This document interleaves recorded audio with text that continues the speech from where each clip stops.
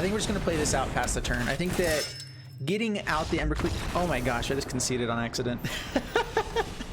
I meant to pass the turn. Oh my goodness.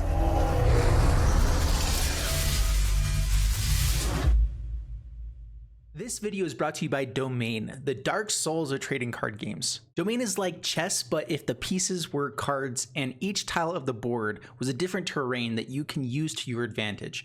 You can't just copy decks to win in this game, you have to actually understand the tactics. But you can trade those cards online, unlike most trading card games. Play for free now by clicking the link down below and entering the Domain.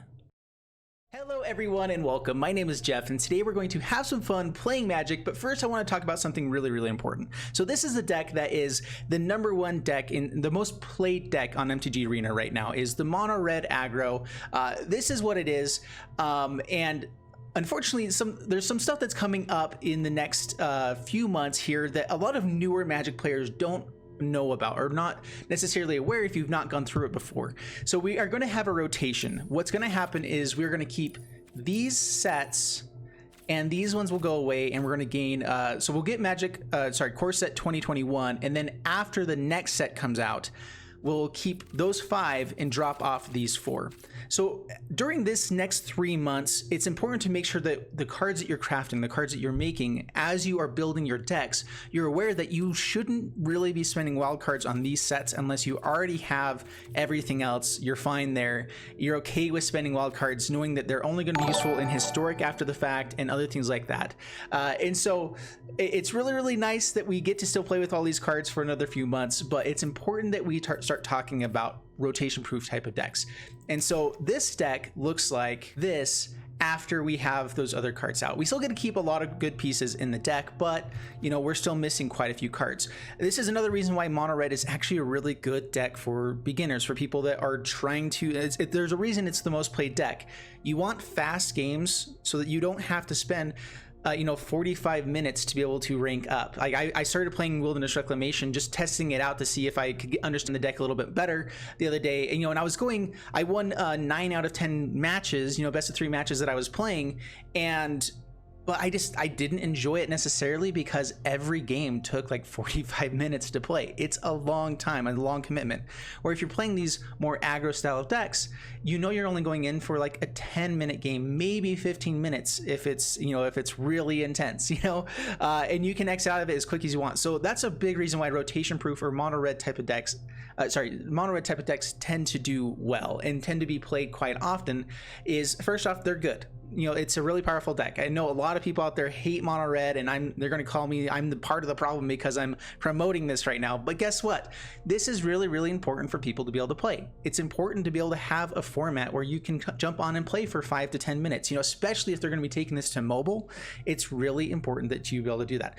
But I don't want people to be jumping into, building their decks without recognizing which cards matter most. And so I built a new deck that is only using these formats, only using these sets, and we're going to test it out in standard, see how it does right now. I am keeping Shock because it's coming in with core set 2021 as well, but other than that, everything else is just going to be what's in those 3 sets. And so you can build this, be prepared for it, know that you're not spending any useless wild cards, and it'll still be good even with maybe including a couple of new cards from the new set, because like there's the Sabrina, I think, which is a good one. There's a few other cards that are really powerful in the next set, but I wanted to make sure that you guys knew what you were getting into. So this is the deck I ended up with really quick. This is a very fast build. There's definitely better cards out there, but I wanted to kind of just showcase some of the cards that are still here in mono red. And this is one of the other reasons to be playing mono red, is that it still has so many good options in the deck. It actually is a really powerful deck, even after rotation, even through all this. And so yes, I know mono red is a hated deck. I know mono red is something that a lot of people don't necessarily want to be playing, but if you're wanting to jump in, be able to play something that's a 5-minute game instead of a 25-minute game, and sometimes you want those 25-minute games, there's definitely other decks out there. I just want to showcase what rotation is real quick with this deck. That there are still decks that you can play without building or crafting rares in these decks right now. That doesn't mean you have to only play rotation proof stuff. If you have rares out there or whatever, but if you're trying to play free to play, if you're trying to jump in, not spend too much money with this game, which is really fun. I know there's a lot of new players out there right now. just heads up, you don't want to be putting your wild cards into this. When I first started Magic, I jumped in during the Amonkhet cycle, and so it's not that long ago, but I remember I was building knowing that there was a rotation coming soon, and so that really definitely changed how I was gathering cards as physical cards, because the arena wasn't really there yet. And that very, very much helped me that someone was actually guiding me through that and helping me out. And so here is a deck that I think is pretty good, pretty fun, pretty solid. It fits everything else. We lost a lot of really good pieces from rotation, or what rotation will happen, but there's a lot of good cards here. If you don't have all your runaway Steamkins, if you don't have all of those other cards that are great for mono red, these are the ones you want to be building instead. Phoenix of Ash is really powerful. And we also get to just kind of be a little bit cheaper with this too. There's a few more budget options. Ginger Brew is a great card here. It doesn't work quite as well with Annex. That's the only like downside of it. But otherwise, this is going to get in for damage against the other mono red decks. Because like I was saying, there's a lot of mono red decks out there playing. It's great that you can sacrifice this and just gain life. It's great that this does get in through a bunch of blockable creatures as well, because Selesnya is looking like it might be a pretty insane thing pretty soon as well. So just this card should be able to get in for a few points of damage every single game that you get it out there. So Ginger Brute's a really good option.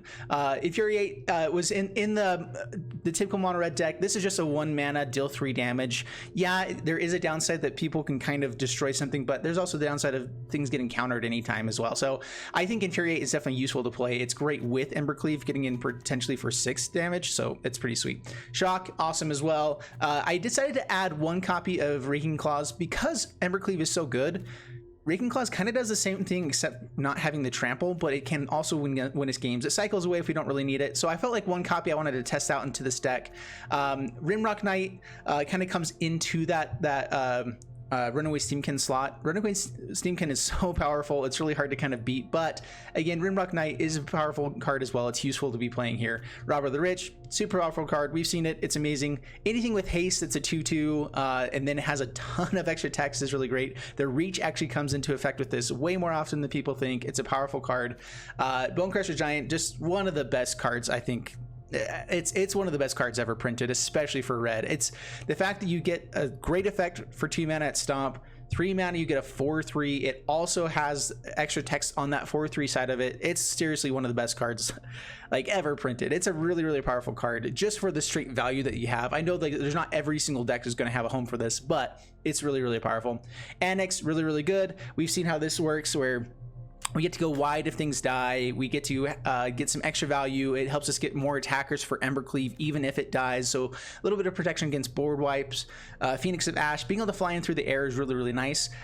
2 copies was all I felt like I wanted to bring in here. I could see you maybe going up to 3 copies and dropping something like Infuriate or whatever, but that is one thing. Without Runaway Steamkin, without a few of the other early game stuff, I feel like you don't want to be playing too many 3-drops in a mono red deck, and we already have probably too many.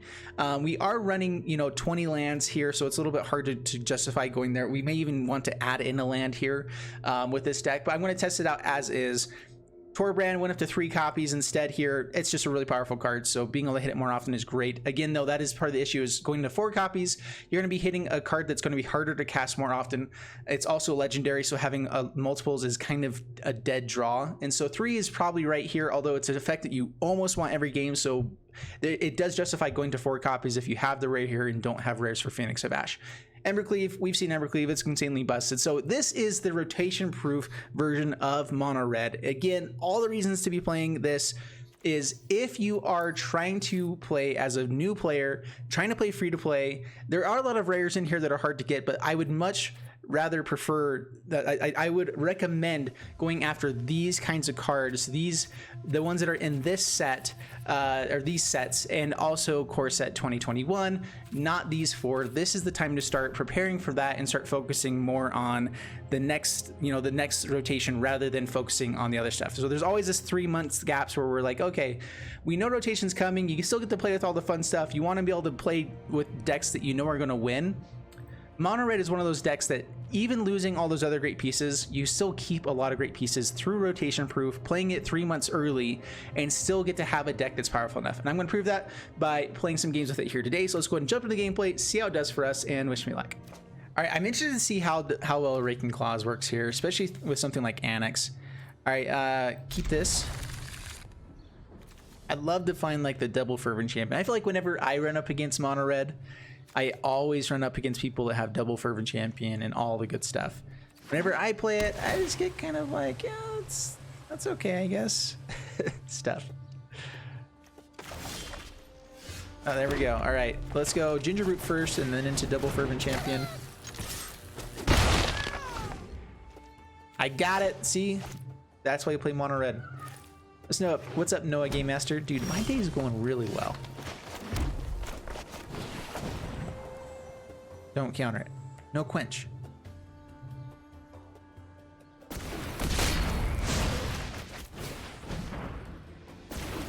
Ooh, big swing if we get to actually swing in. They have some sort of response. Probably growth spiral, is my guess. Down to 14, pass the turn. Growth spiral. Please give me the land.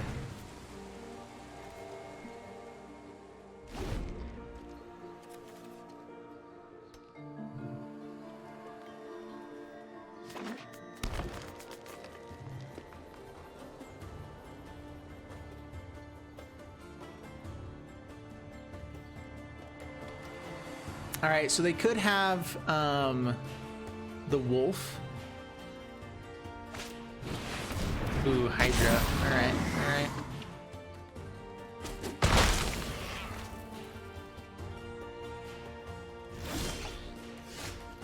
Oh, come on.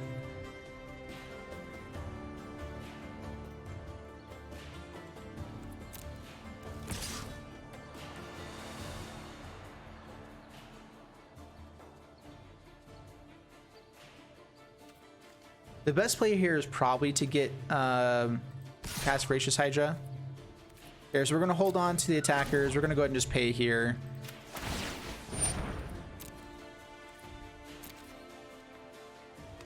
All right, so they do block. We get to shock Voracious Hydra. We can kill it. Down to 13 past the turn. I finally get to play Paper Magic again tonight. Dude, man, it's been a... I've played fairly recently. We have a group here that's been able to get together with small people, small group. Questing these, oh man, all of the worst things for us to play against.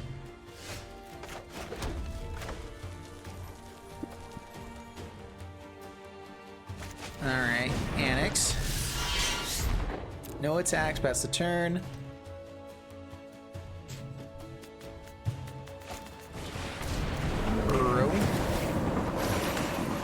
I've not seen like a Sultai mid-range. This is actually pretty good.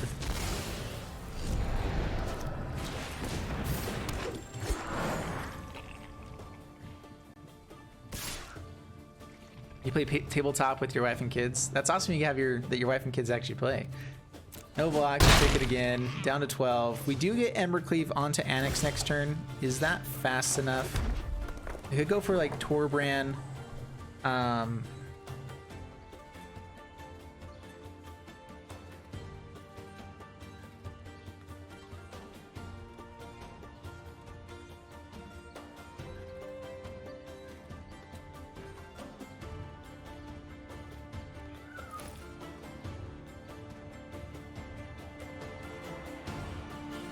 If I just go for Torbrand here, so I'm trying to decide if it's actually worthwhile to go for Embercleave, because they're going to be swinging back pretty aggressively. If they have anything bigger, we're in trouble. I don't want to be swinging and just losing something. I guess Annex will give us a token. So I guess we swing in with everything.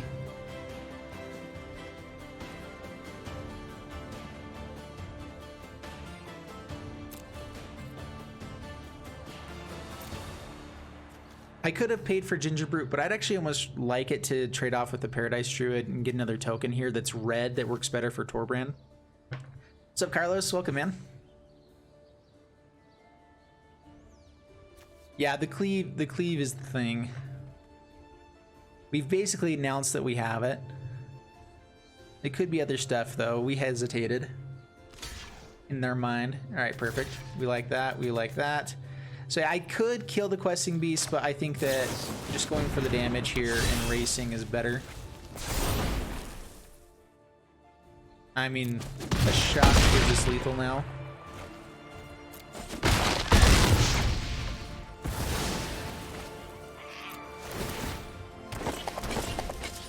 I mean, they could have some decent life gain here. They have Uro.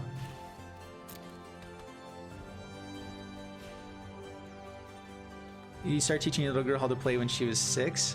Now she's 11. Dude, that's awesome. Yeah, I'm excited to teach my little ones. I have my little guy is turning 2 here fairly soon. And our little girl is going to come just before that, probably. I protect that which I'm excited. cannot protect itself.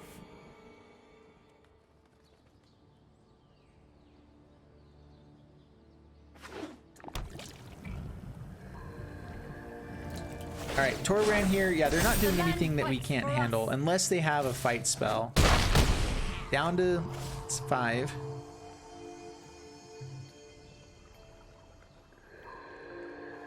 Please no fight spell. All right, bonus scoop up. Sweet. All right, up against Skullman. We will keep this hand. This one looks good. Let's see, do I want to go for turn 2 Rimrock Knight or just be able to hold up the Stomp? Rimrock Knight is good, but it's not quite Bone Crusher, and I don't want to lose the lands here. So I think we'll drop the Rimrock Knight, play out Ginger Brute, attack in, pass the turn.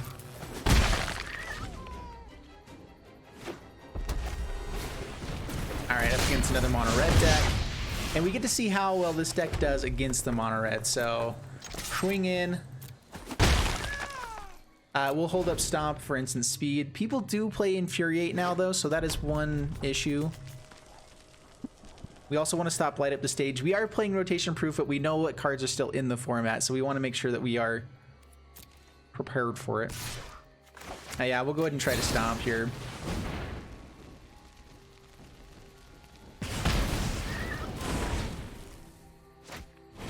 Alright, Scorch Spitter. That's cool, that's cool. Scorch Spitter. Right. Alright, go Fervent Champion. I'm actually pretty fine with Ginger Brute trading off here. So we'll attack in. Be able to hold up the Crushy.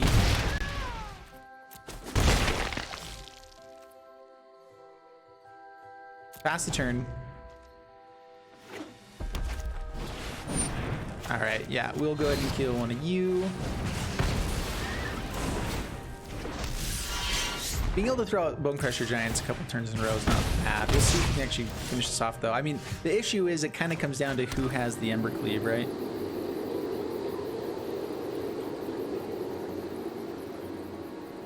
I could try to fake that I have something to play here and swing in for 2 now. It's a pretty big blowout, and they probably are willing to let this go if they have an extra one. So we'll just play out the Ginger Root, number 2. I could swing in now and lose one of them. Still get in for 2. Let's say no attacks past the turn. We have Castle Embereth online. Hopefully we're just getting in for a big swing. They maybe like overcommit to something. Alright. Double Stomp. Bring it on, my friend.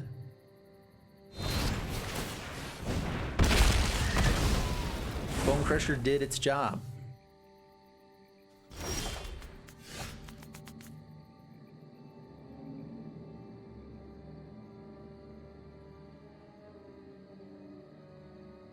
I do get to steal a card with swinging with Robber of the Rich here, with them having 1. Is that better than just Bone Crusher here? I can play Bone Crusher swinging with Ginger Brute. Alright, let's go ahead and just do that. Alright, swing in here. I like that they actually put up the little thing that has an extra stuff there.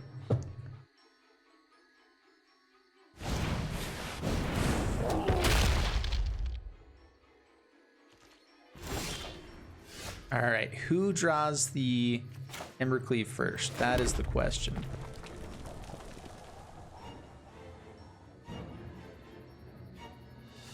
I have a shot of drawing theirs. That could be kind of fun. We don't have other rogues though, unfortunately. So I think that we just get in with these guys.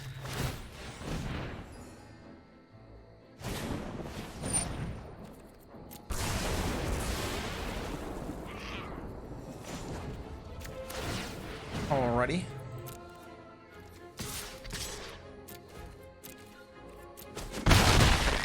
Down to 9, pass the turn. Yeah, M21 has some pretty sweet stuff for mono red. Nothing like game breaking though, for sure. I think the next set is when we're gonna see a lot more awesome things. All right, so block, block, take 6.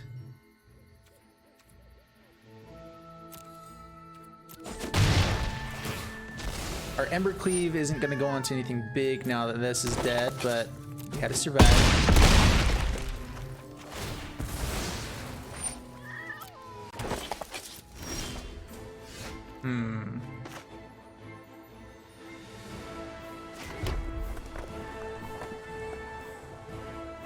Well, that's not great.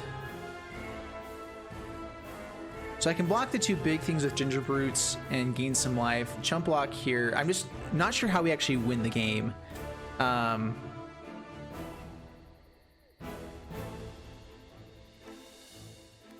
think this one's probably over already. We just didn't find the right pieces. We drew too many lands at the end here. Yeah. Swings with everything. We get to chop, block, block. Sack to gain some life.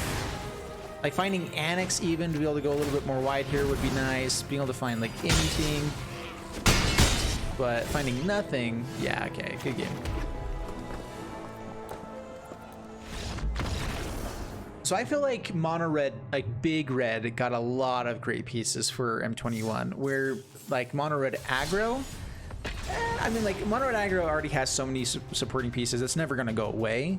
But I think we're gonna see a push more towards like a big red version that will be probably competitive against the cheaper version. And that's what I'm excited for. I think the next set has a lot of good stuff for the big red side of things, like Chandra's Incinerator, the new dragon, all those kinds of things. Really, really good. Right up against Big Spite. Ooh, this is a great hand. None of our big finishers, but just a lot of great value here. A lot of damage dealing early game stuff.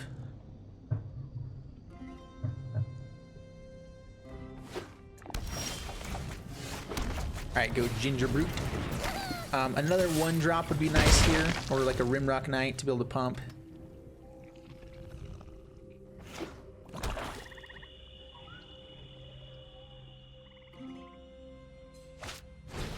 Mire Triton.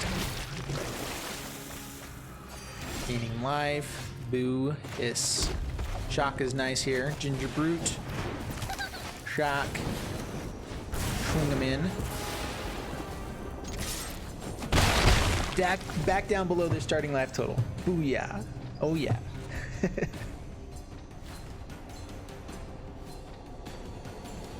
This is one issue with mono red though, is every deck is built around being able to deal with mono red as well as everything else going on. A lot of stuff in the graveyard right away. That's good, that's cool. Try to steal a card where I can just get in for damage.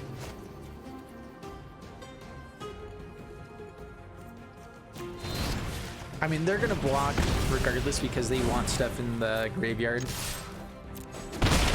Down to 17, pass the turn. So yeah, cards are rotating out. Sorry, I'm playing this live as well for those in the YouTube video. We're at Casualties of War, probably. Just dig for something. Let me aid your research. Yeah, so rotation is happening in 3 months. So we have the next set coming out on the 25th. So like 5 days away, 6 days away.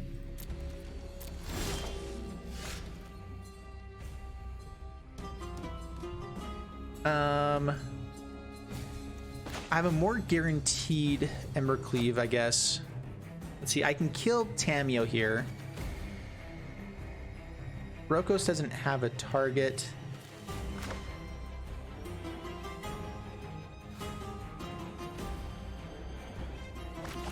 If I fire off the shock, I also get the chance to steal a card, so I think this is worthwhile. We're gonna go for the big Ember Cleave play later anyway.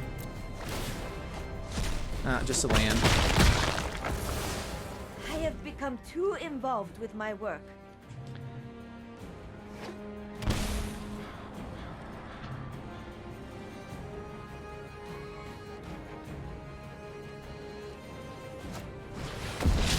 God Eternals. Cool. Yep, that's like the worst possible card they could have played there.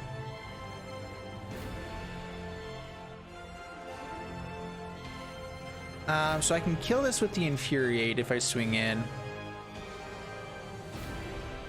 I can also get in, pump it. I think we're just going to play out the Bone Crusher Giant though. Just get out the big body, no attacks, pass the turn. Try to get Ember Cleave onto something big and actually start getting damage dealt. I've not seen anyone play Brokos. I could see if you're creating tokens with counters and stuff though, it could be pretty big. I mean, that's going to be a 10-10 trample. That closes the game out quick.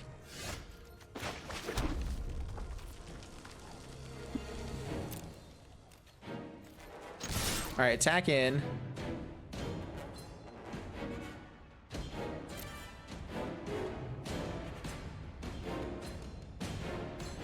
Heartless Act is the worst thing here.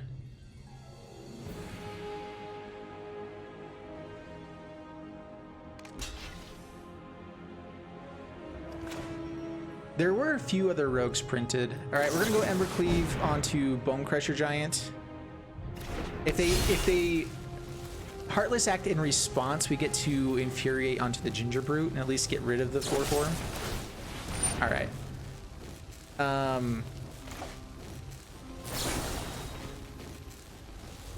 All right, yeah, so go ahead and pump the Ginger Brute. Kill the 4/4. Now Brokos doesn't have a target. They do get Uro back though, and I'm not sure exactly how we beat Uro. It probably involves doing 10 points of damage a turn.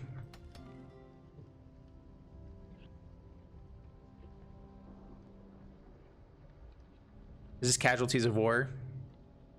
Yeah, if it's Casualties of War, I think we're done for. We were trying to race ahead and try to get ahead before they get to do stuff like this. Casualties of War is a hard thing to beat. And it is actually amazing. So I was trying to build this rotation-proof version of this deck, and not having things like Runaway Steam King to be able to put out a ton of value on one turn is a little bit hard. What's that, Emerald Wolfen?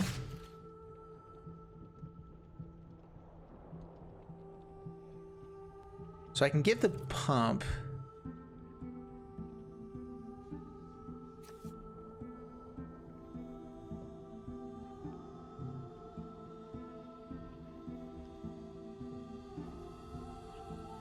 They have enough cards in the graveyard that Uro's going to come back any turn that we kill it as well. I could just play out Bone Crusher Giant,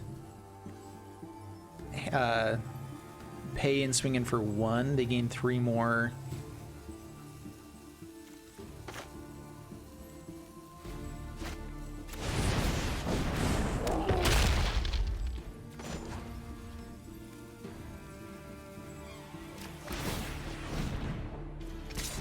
We're not out of this game. This is definitely a really bad situation for us to be in with mono red.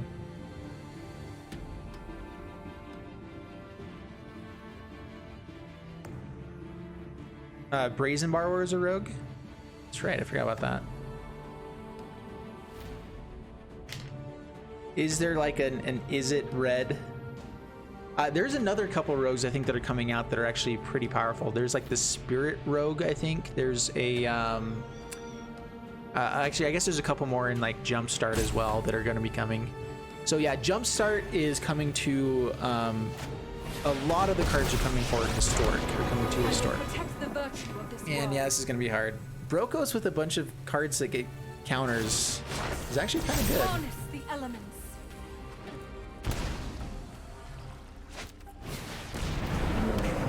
Yeah, just gaining life because they can. We probably have to kill Nissa now. Doesn't swing with Uro, interesting.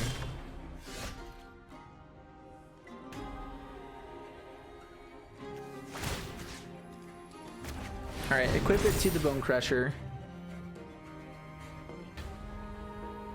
We can pump it here. Maybe we swing at Nissa. They probably just let it through if it goes at Nissa. How do we actually win? It's probably something like finding an Infuriate or something to get in for more damage on the next turn. Wrinkle's a rogue as well. Dude, Grixis rogues could actually be pretty fun. We might do that after this.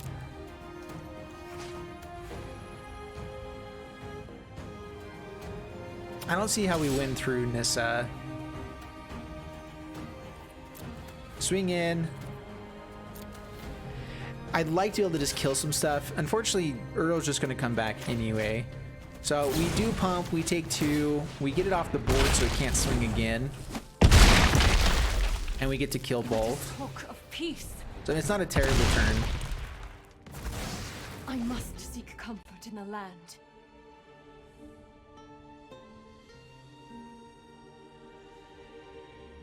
The Thieves Guild Enforcer, is that the one that draws a card whenever it deals damage, and whenever you play a gate, it gets unblockable until end of turn?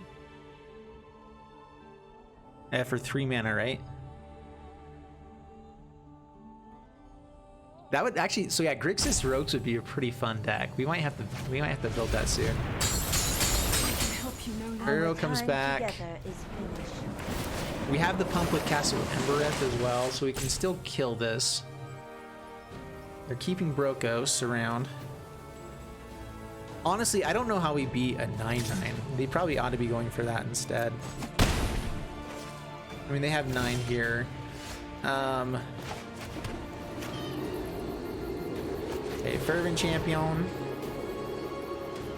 Our life total is also in danger of being like gone soon. We'll swing in.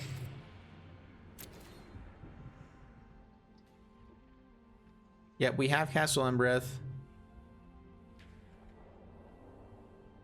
If we can do 12 here, they get to gain 3 back.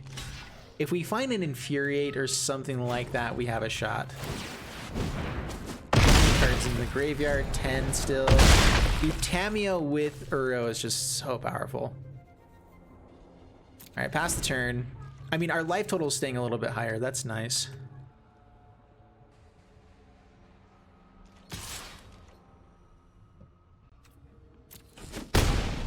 Down to 9. Ho ho ho, Massacre Girl. I believe that kills... Does it kill Bone Crusher too? Yeah, it does. Is this worth staying around? I don't know. Probably not. We're down to 9. 2 swings. This can't block. What do we find?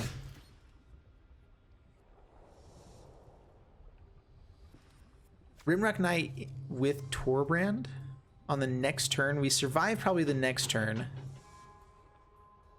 Can we actually do enough to kill?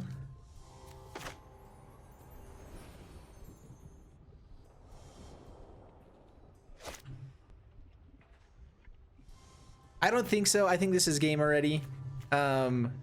We get to do, what is it? 4, 6, so 12 more points of damage. If we find like shocks as well, I guess we could kill him. We'd have to draw 2 shocks or something. Yeah, so that's the game. There's nothing that we can draw there that lets us survive 2 swings. So yeah, that's done. And we also know Brokos can come back at any time as well.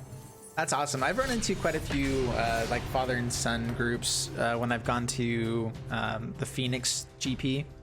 I try to go to the Phoenix GP every year, by the way. If you guys ever want to show up, like, I'm wanting to go to the Las Vegas one. I'm not that far away from there. All right, up against Fast Fish, and yeah, we'll keep this. If we hit a land, it's perfect. If not, we still get to do some good stuff for the first few turns. Up against a Lurrus deck, I'd like to have more like actual removal, I guess, but all right, if it's mono white, we're in a lot of trouble. If it's knights, we're okay, probably.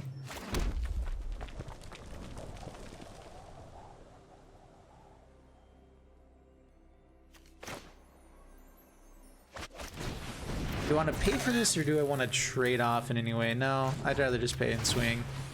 Get the damage in. Down to 17.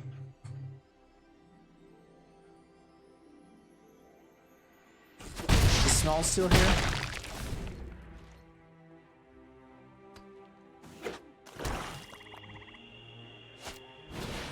Worthy knight. Okay, shock. Give me stomp or shock or something. Oh. Ask, ye shall receive.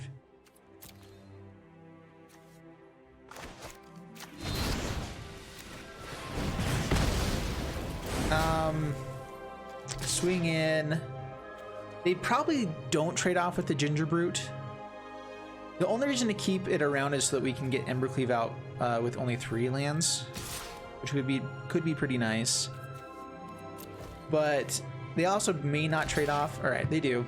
That's fine. I mean, they don't get the +1/+ encounter onto anything. It slows them down a bit. Rinrock Knight now has a little bit higher chance of being able to swing in.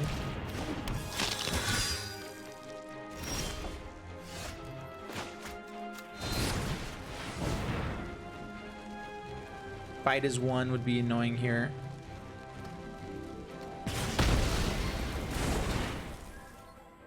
Dude, not hitting lands has been rough.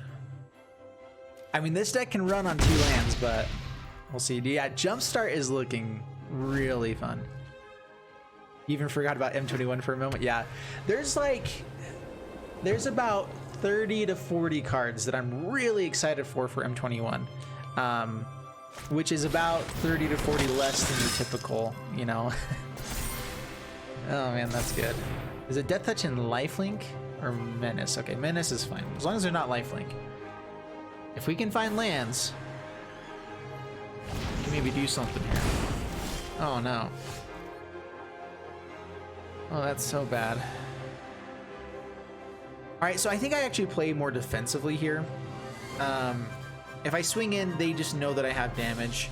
If I get them after they pump, like they go up to 5 here, I could double pump, kill Knight, and make them take up their entire turn.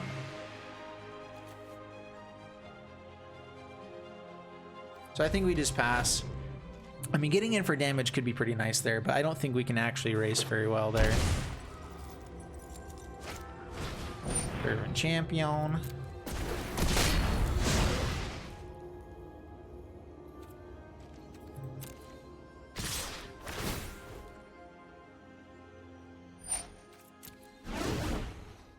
They could also have Fight as one in hand.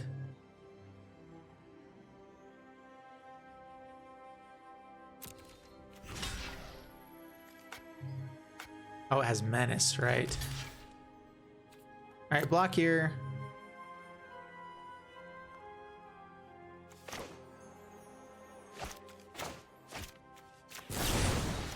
Go with the Rimrock Knight. We're forcing him to pay, and then we Infuriate.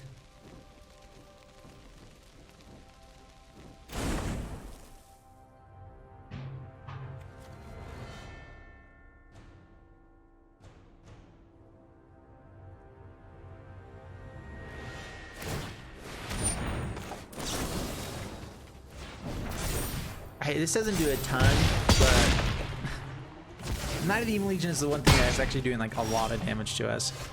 Dude, all right, we've got to find something at some point. Land. This has Menace. I don't really care about. Yeah, we're trying to go for damage.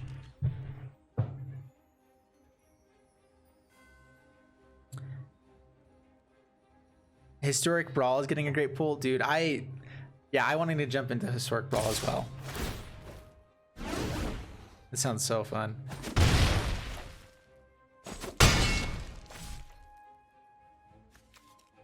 Smitten Swordmaster is kind of annoying.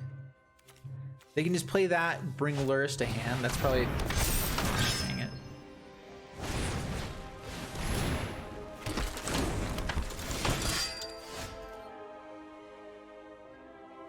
Two creatures with total converted mana cost 3 or less. This only costs 2, right? Why didn't they grab Knight? as well. Maybe they played it wrong.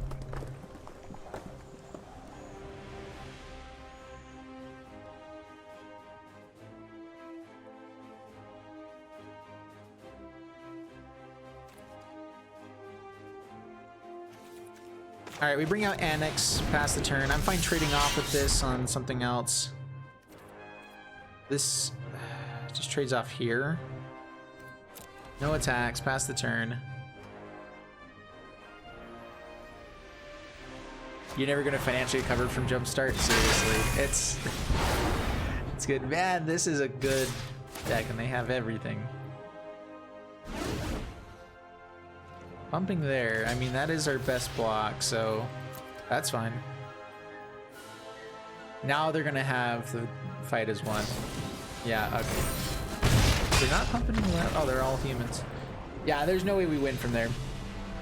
We got mana screwed pretty heavily. I think that we would have won if we had gotten, you know, 2 lands instead of some of the other stuff there.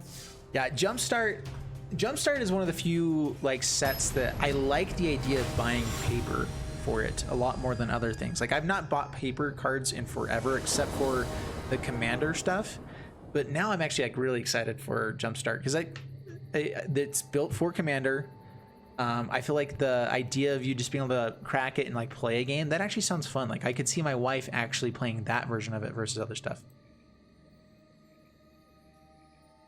All right, up against Pink Fist Magic, gonna keep this hand. Yeah, we got a lot of good one-drop stuff. I like the Phoenix of Ash on the top end too. So I think we go Ginger Boot first and then don't show these guys till later. Down 19.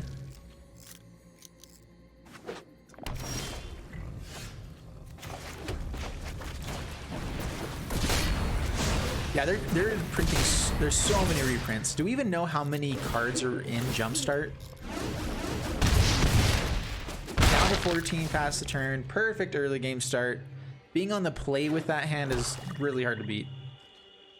Heartless Act's going to be annoying, but I think we just go Phoenix of Ash, swing in.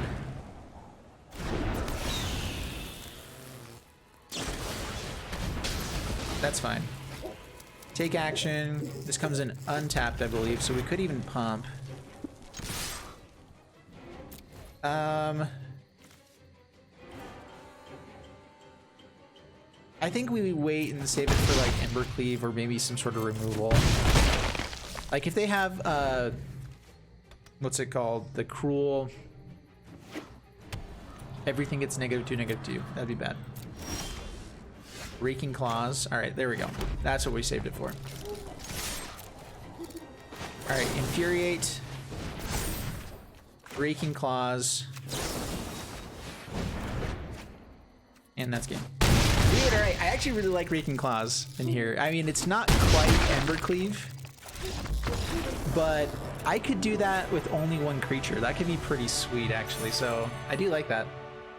All right, so there you guys have it with the rotation-proof mono-red deck. Again, the reasons to be playing mono-red is that it's a good deck, it's solid. You're gonna have a lot of these pieces probably as well because this is the most played deck in MTG Arena, and being able to go towards the more rotation-proof side of things is also pretty nice. So if you are a newer player, you're trying to find a new deck to build, I would definitely recommend building towards this to at least have it in your arsenal of things to play. Again, the reason why mono red is actually a useful thing in the Arena or Magic format is because you want to be able to play games that are 5 minutes long, 10 minutes long, rather than playing the Wilderness Reclamation games, which are 45 minutes long sometimes. I'm not saying anything against those. They are fun. I definitely like playing that style of Magic as well. But especially as this goes towards mobile, especially as it goes towards everything else, you're going to want to have, you know, like I said, again, something in your arsenal. This is a deck that will stick around for another 1.5 years or so. And so yeah, so the cards the sets that are rotating out are these sets in 3 months. We're going to have the other 3, these 3 will have Core Set 2021 and Return to Zendikar, which is the one that's coming out after that. And so we're going to have a lot of fun stuff. Mono red is always going to be an archetype. Archetype is going to be good. These cards, things like Torbrand, Bone Crusher Giant, Annex are never going to go away from that deck as well. They're really powerful. We're going to be stuck with those for quite a while. We're going to get some more good mono red stuff. So if you're looking for a deck just to have and build towards for this little while, well, you're not sure where to throw you know, rares or whatever, I would recommend maybe going towards this side, maybe bringing some of the other new cards from Core Set 2021, which has some pretty good stuff too. But overall, this is the deck. I hope you guys enjoyed the video. If you did, please leave a like and subscribe, and I'll see you guys in the next one. Thanks so much, and bye-bye.